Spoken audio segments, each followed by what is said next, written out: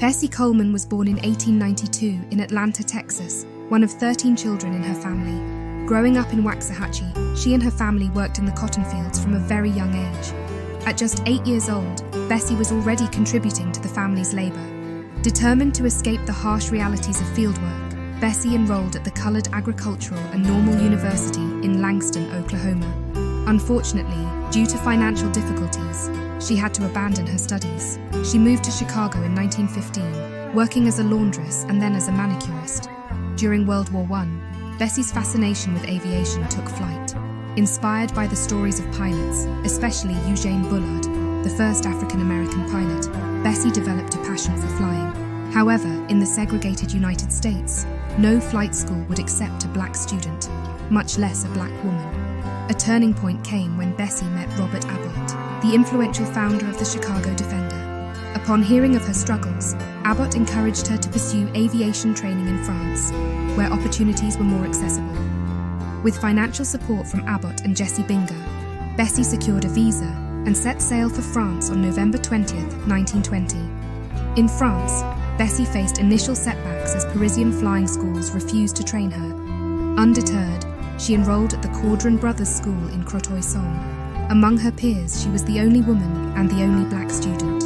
After 7 months of rigorous training, Bessie earned her pilot's license from the International Aeronautical Federation on June 15, 1921. She was now the first black woman and the first African-American woman to achieve this remarkable feat. To perfect her skills, Bessie trained further in Paris and Germany, mastering the art of aerobatics. Her dedication to her craft was unparalleled. On September 16, 1921, Bessie returned to the United States, where she was celebrated as a hero. The American press hailed her achievements, and she became a media sensation. In Chicago, she was honored at a performance of the musical Shuffle Along, receiving a standing ovation and a silver cup from the cast. Bessie continued to fly in the United States, with a dream to establish a flight school for African Americans. She participated in numerous air shows to raise funds, despite the dangers involved. Tragically, on April 30, 1926, while scouting for an air show in Jacksonville, Florida, her plane malfunctioned, and she fell to her death at the age of 34.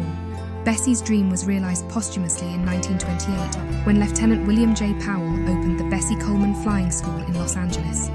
Her legacy lives on through various dedications, with airports, streets, and schools bearing her name. In 1992, Chicago declared May 2nd as Bessie Coleman Day, and in 1995, the U.S. Postal Service issued a stamp in her honor. She was inducted into the National Aviation Hall of Fame in 2006, and annual aerial tributes commemorate her at Lincoln Cemetery. Bessie Coleman's influence reached new heights when Mae Jemison, the first African-American woman in space, carried her photograph on her mission. Jemison saw Coleman as a model of strength, dignity, courage, integrity, and beauty. Bessie Coleman's legacy transcends her pioneering achievements in aviation. Her determination and courage continue to inspire, serving as a beacon for future generations. Thank you for joining us in celebrating the life and legacy of Bessie Coleman. Don't forget to like, share, and subscribe for more inspiring stories from history.